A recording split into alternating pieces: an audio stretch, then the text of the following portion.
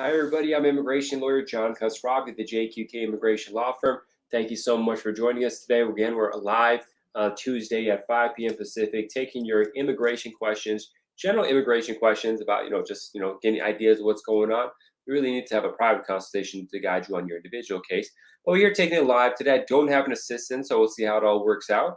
But thanks for joining us, Tweety Vibes on Instagram. We're also live on Facebook and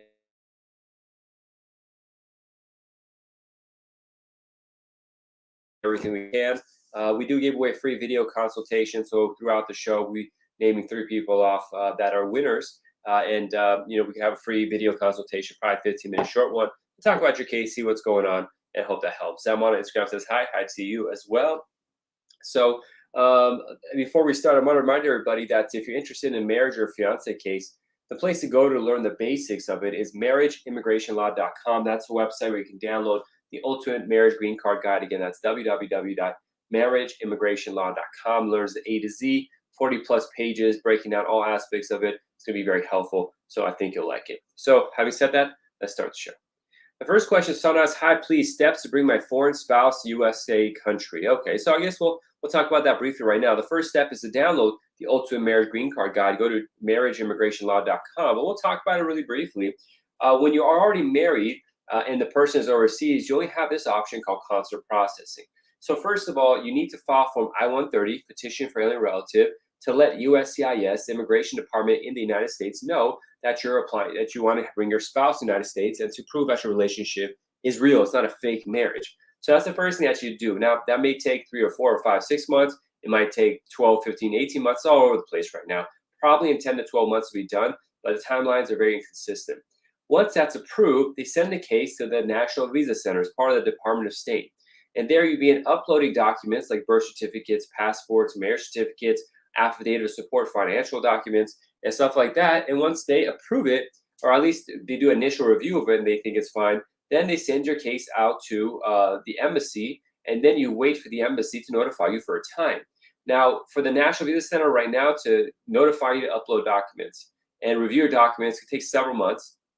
And then how long it takes for the embassy to schedule an appointment depends on your local embassy. So some might take a month or 3, at least 3 months. Some might take much longer. Some could take years. I mean, literally, like in Iran, India, Pakistan, these things are taking over a year to get an appointment interview, if that, maybe even 2 years.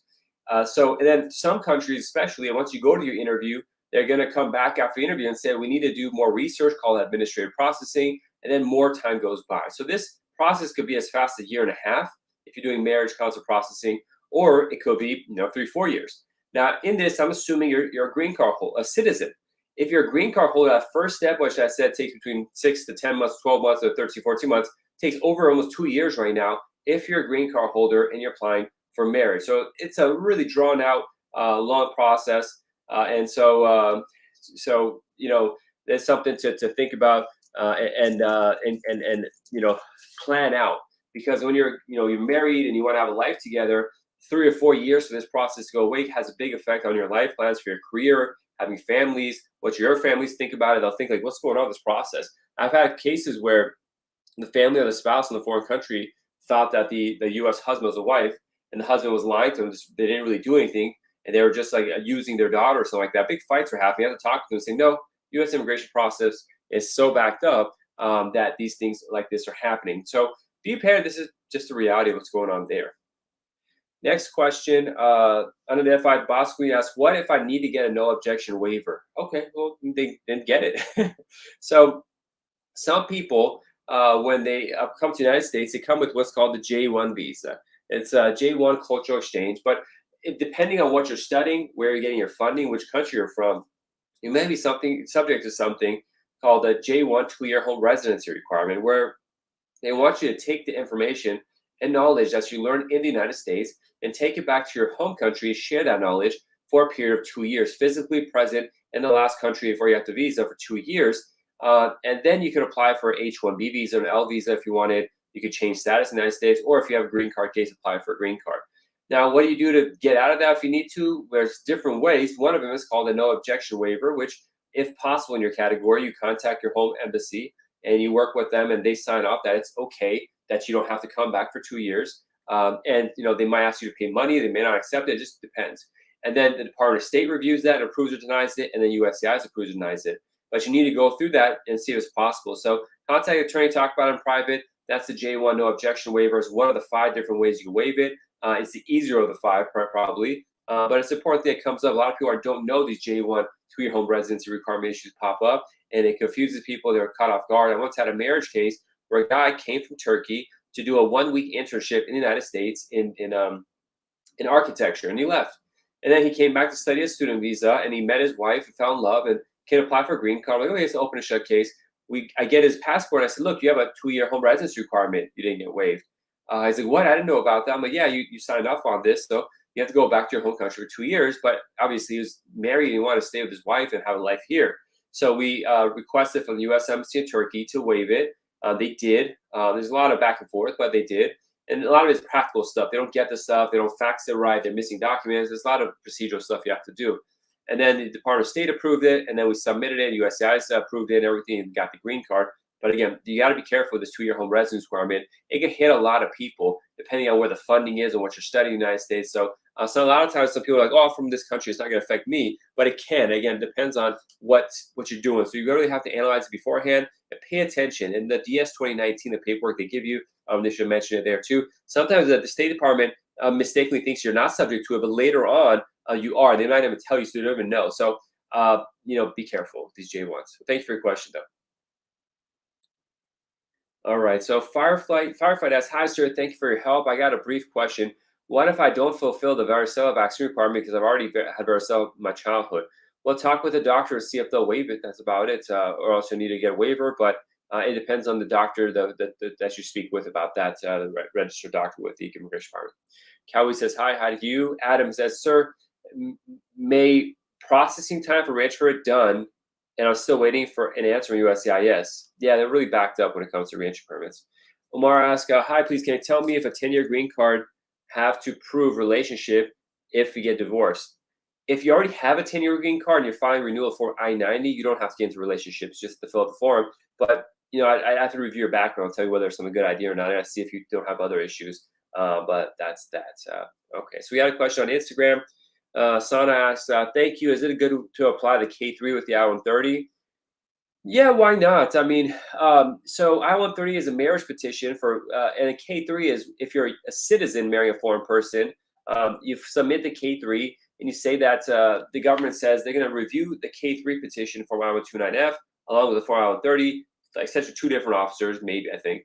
And whichever one gets approved first, that goes with that. So if the I-130 gets approved first, they do the typical marriage green card case.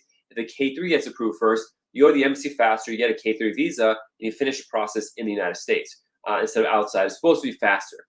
But, maybe not. If you want, give it a shot. There's pros and cons to it. So you won't get it's going to take longer to get your green card through the K3. If you are married, let's say you're from, France, but you met your spouse, you married your spouse in, let's say Turkey.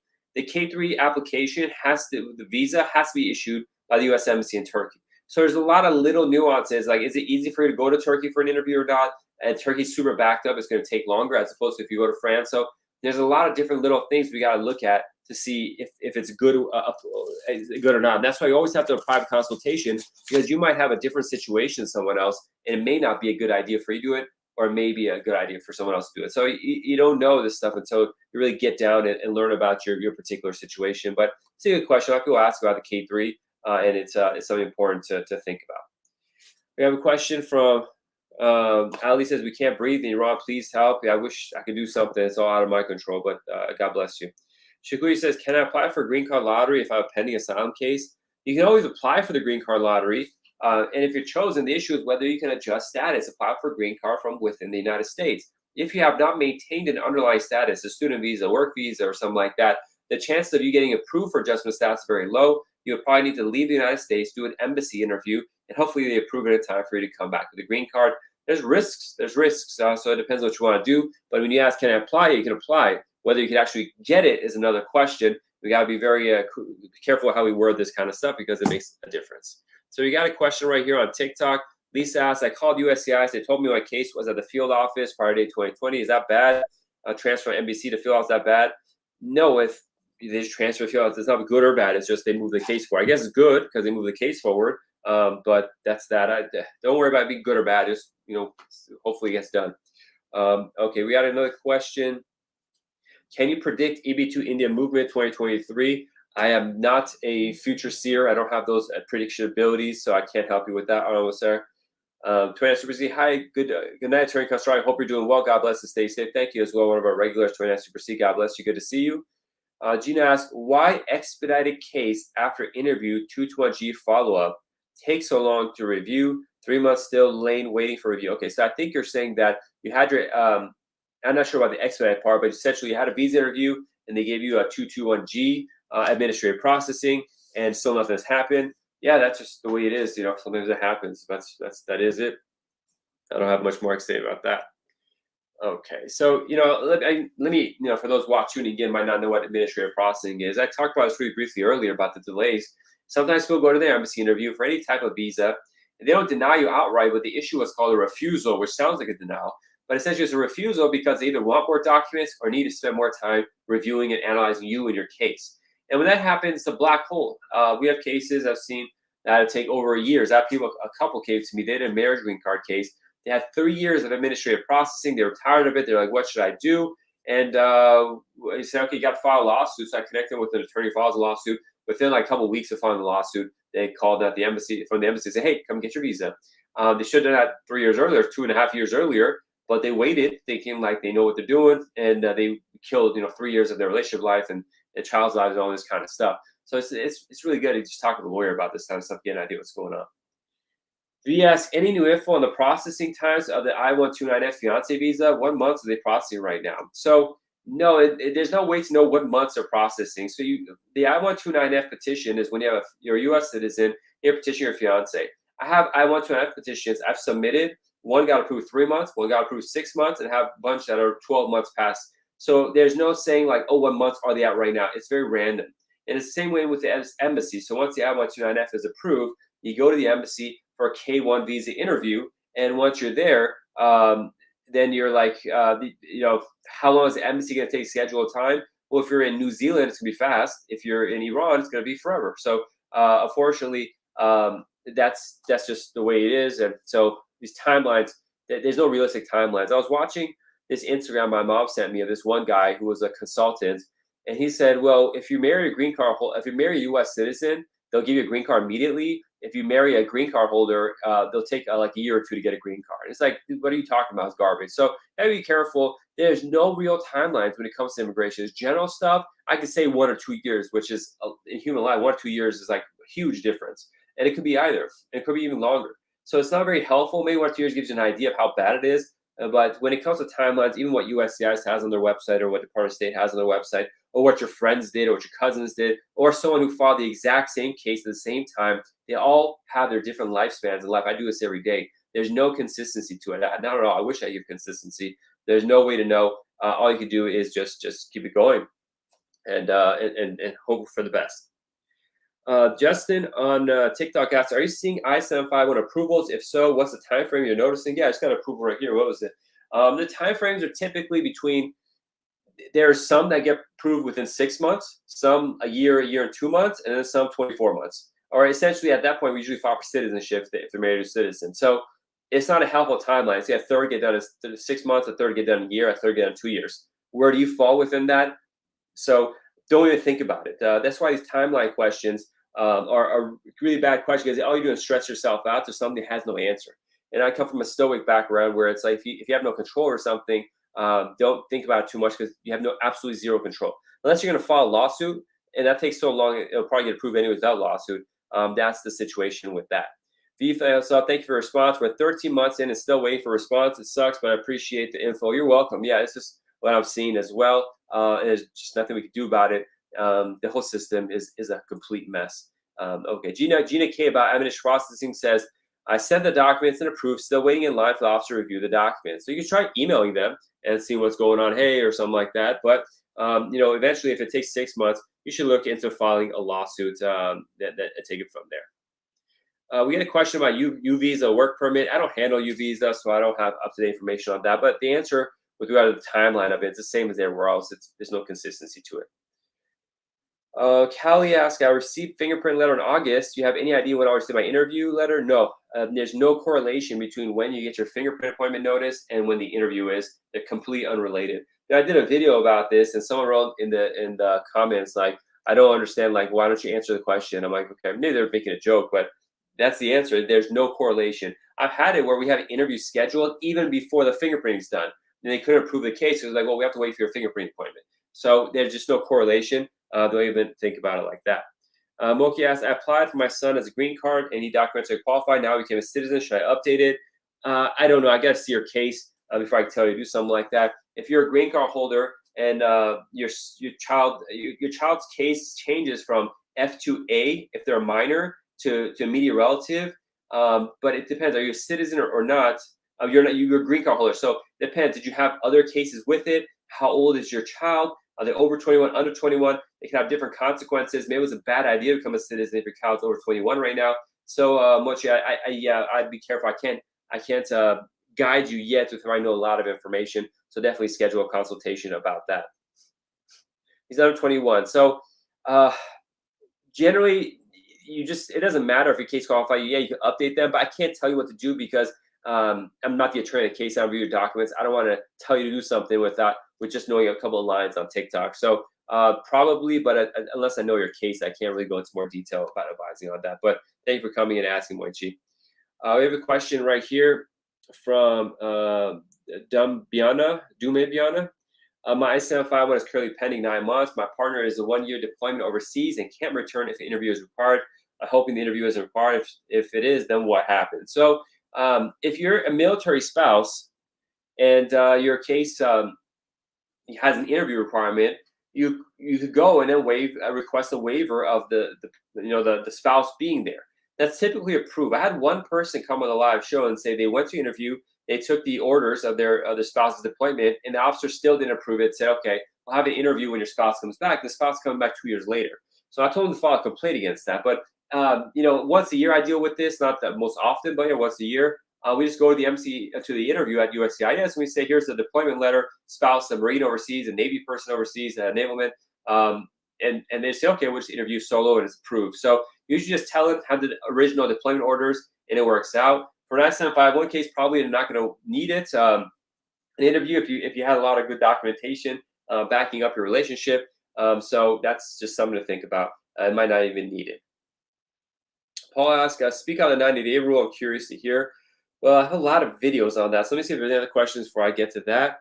Shamshuni asks, I applied for my son in 2017, still pending. I'm a green card holder. What is your advice? I don't know. How old is your son? Is your son single or not? If you say, I don't know. I don't have advice, unfortunately. It's just, you said a few facts. It's not enough for me to be able to advise, so I can't talk about that. So the 90-day rule. We had a question from Paul asking about what the 90-day rule is and all that kind of stuff. Let me go back actually really quick. I'll set that question up.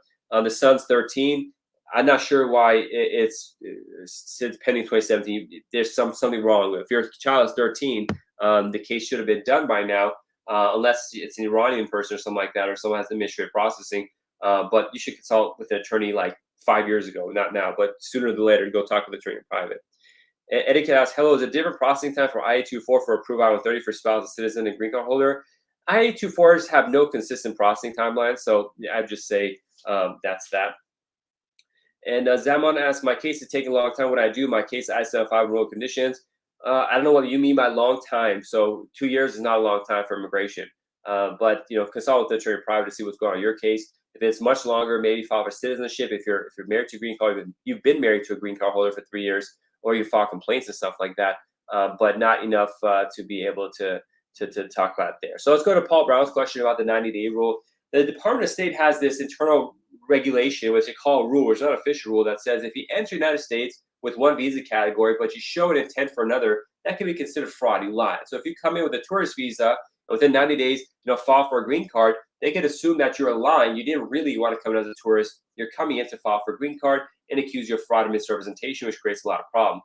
USCIS does not have this. So if you do enter the United States with a tourist visa, get married and adjust status off for a green card from within the United States within 90 days, it's not necessarily that they're going to find you fraud. It's a case-by-case basis if the officer thinks there's fraud. So you got to be very careful of this and not misuse a tourist visa.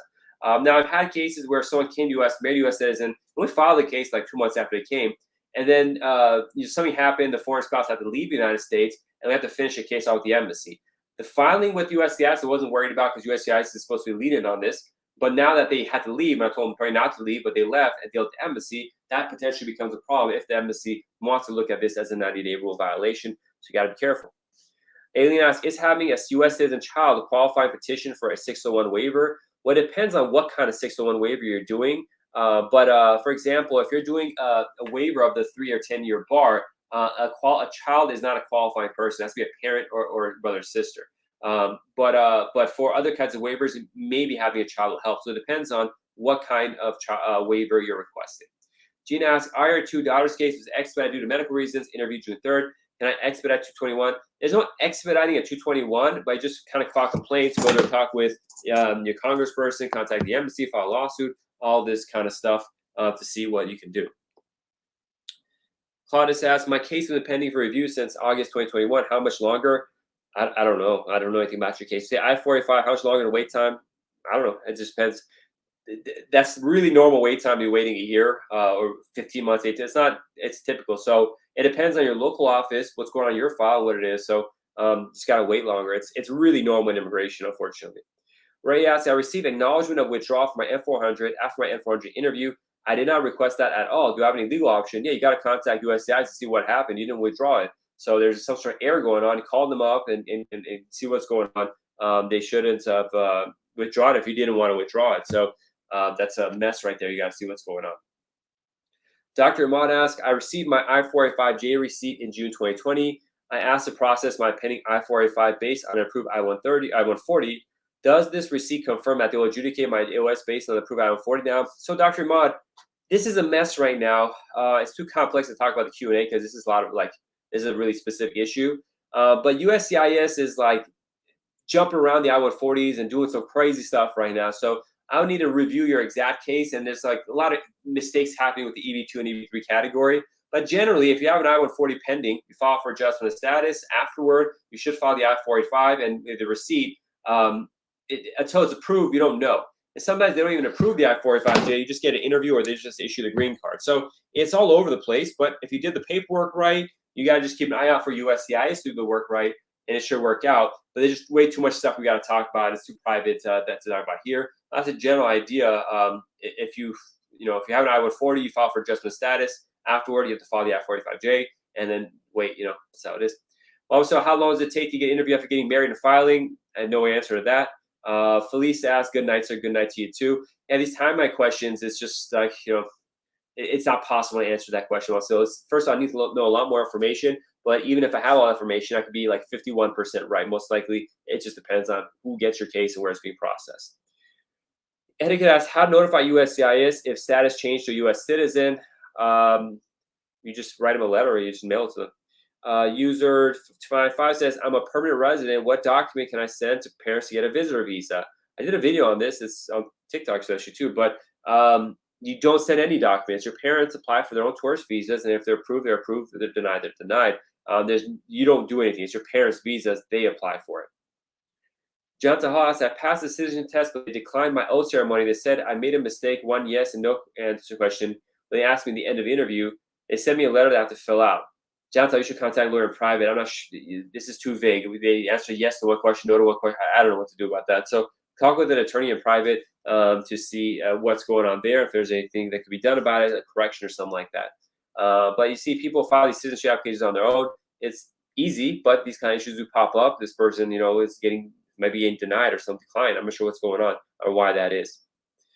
Paul Brown says, thank you so much. I was on the verge of filing my I-130, I-485 in New York, but my wife had to abruptly move to Tennessee. Can I just change to new address to send off papers? I don't know. I mean, if you haven't filed it, then move. I don't know, Paul. Sorry.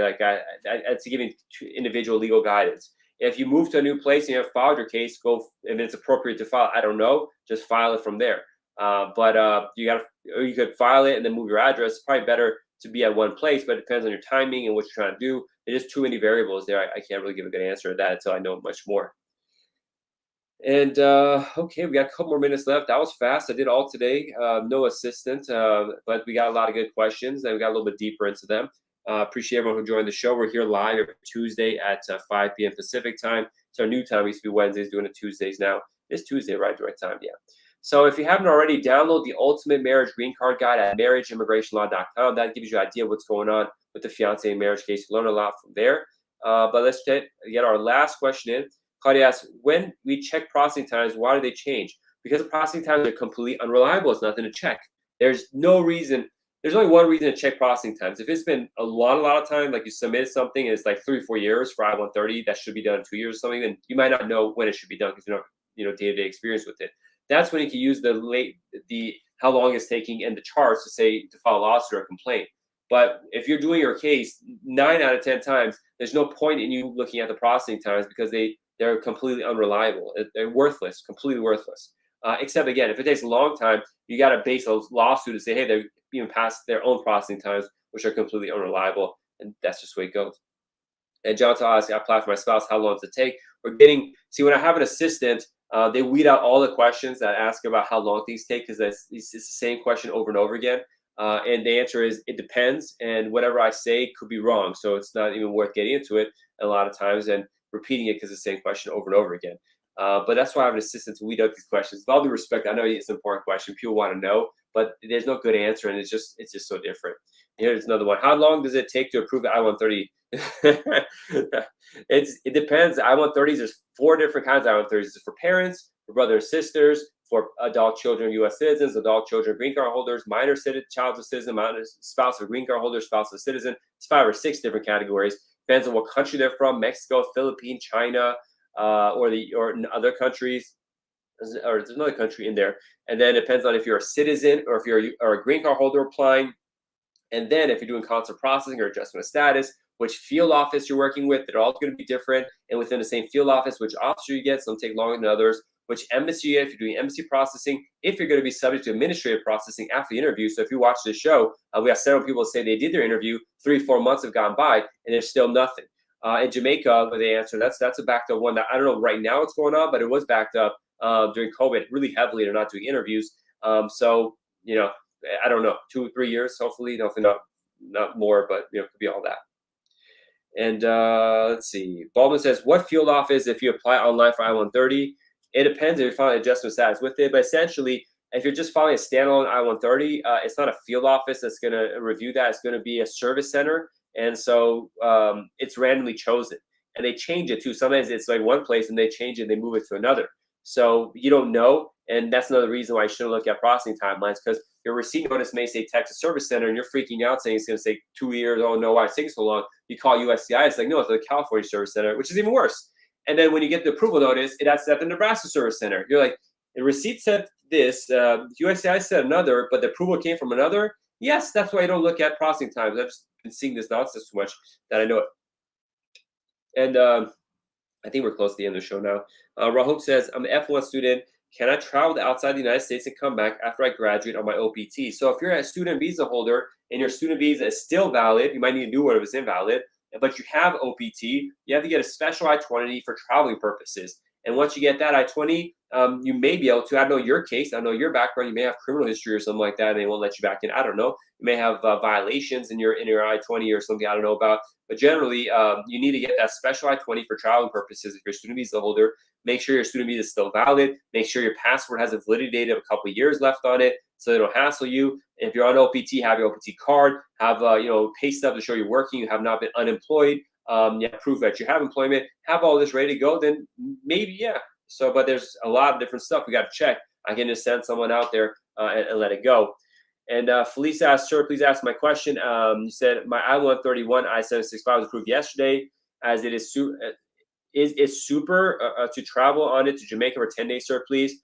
If you have an approved I-131, you can travel, but again, this is case specific. I don't know anything about your background. Do you have any police history? Do you have any violations to be problematic? Are they questioning your relationship? Did you lie once or this? At the end of the day, it's up to, if you have advanced parole, this special travel permission, for example, when you have a green card case pending, it's always up to the officer at the border whether they're going to let you in. So, I can look at it and say everything's good, but there's a risk you're going to take on that they may not. Now, I haven't really seen them not let people in, but the final discretion is in their hands. If they don't want to, they don't have to. There's nothing you do about it. So, if you need to go, make sure it's for good reason, because, it's not up to me or something like that. You can have a perfect case, it's fine, but they just might not be down with it. Again, I haven't seen that happen, but it's possible. So I got to give you the real truth. I can't say, yeah, go, and then you go and it's bad. This is possible. And this will be my last one. No one says, can my kid's CRBA case be accepted if my physical presence in the state is short by 2 months? No, they can do it by mistake, but so CRBA is this: if you're able to pass down citizenship through yourself, if you're a U.S. citizen, you don't automatically pass down citizenship. A lot of people don't believe me when I post videos about this. I get a lot of hate emails and stuff, but the reality is, if you're a U.S. citizen, let's say I'm born in the United States, I immediately go and move to Germany, and I never come back to the United States. If I have children, my children will not automatically be U.S. citizens. To be U.S. citizens, I have to physically be present in the United States for 5 years, 2 of which are after the age of 14. In this case, this person is saying that they're 2 months short of that 5-year requirement. Can my kids get this CRBA? It's like a birth certificate from the embassy that says my children are U.S. citizens. Technically, no. They may not do the calculation right, give it to you, but 5, 10, 15 years from now, they may redo the calculation, realize they made a mistake, and take your kid's citizenship away. So what you want to do is, do the green card process, which leads to citizenship, or if they have grandparents that are U.S. citizens that satisfy the requirement, maybe go through them. But I wouldn't mess around, because if you're 2 months short and you know it, you don't want to mess around, rock the boat. Just do it the right way. It's going to take longer, cost more money, but I've seen some bad stuff happen when people try to make it easy, and later on it comes back to bite them. Thank you everyone for joining us today. I forgot to talk about the free consultation session, but we'll do that next week, I guess. Tuesdays, 5 p.m. Pacific time. Hopefully my assistant will be there if she'll be feeling better and can help me run this and manage this show. But it was a pleasure. We had a lot of good questions, frankly, and it was good and good flow going on. I liked it. All right, everyone. See y'all next week. Bye-bye.